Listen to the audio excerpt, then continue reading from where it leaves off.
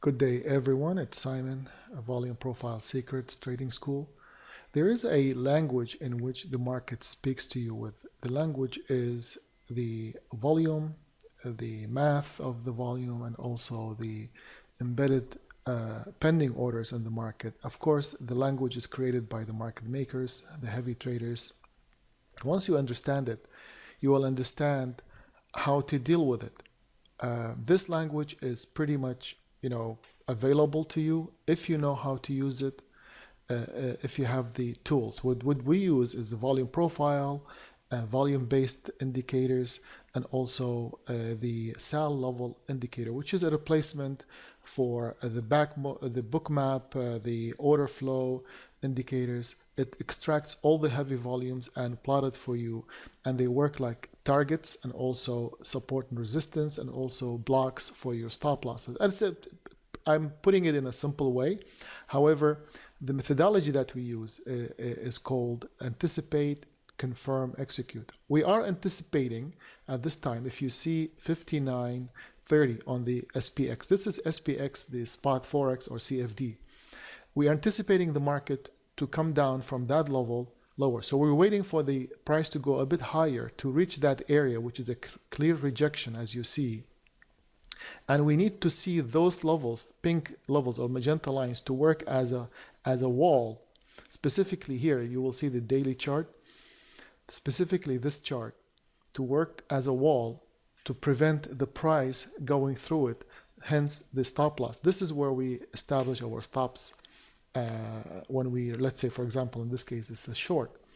And sure enough, after a little bit, when I made this video with my students, this was before the market opened, and soon after the market opened, the SPX went a bit higher towards the entry level. Of course, we use 987 tick chart as well. It has extra indicators for confirmations. You see the VWAP, you see the arrows, you see the power lines, and we have also another indicator called the DRL. But all boils down to how to confirm your entries. So let's see what's going to happen here. You will see that this was in a live environment that I did this.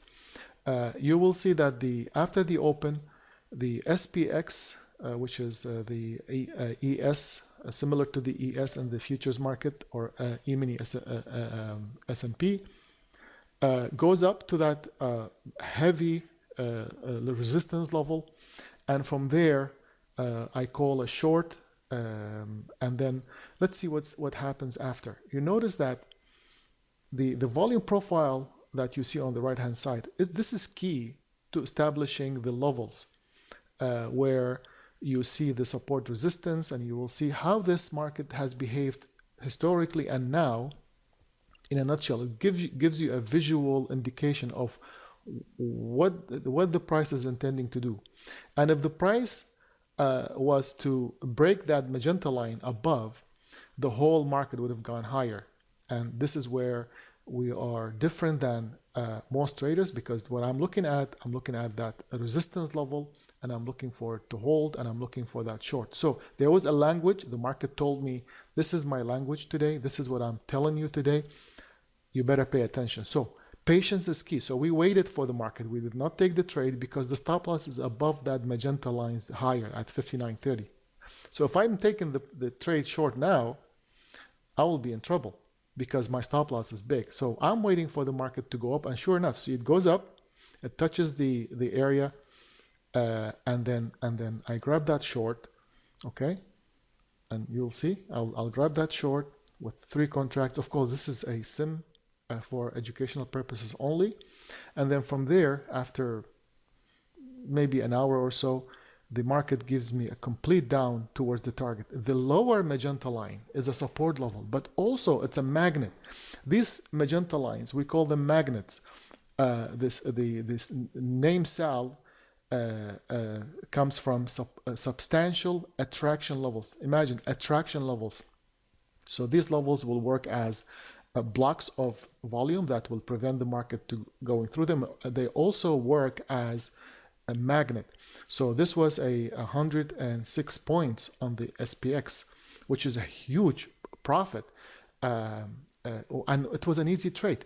The only thing needed at that time was to be patient and wait for the market to give us that level. And if I had not given us that level, that would be okay. We'd have just missed the trade.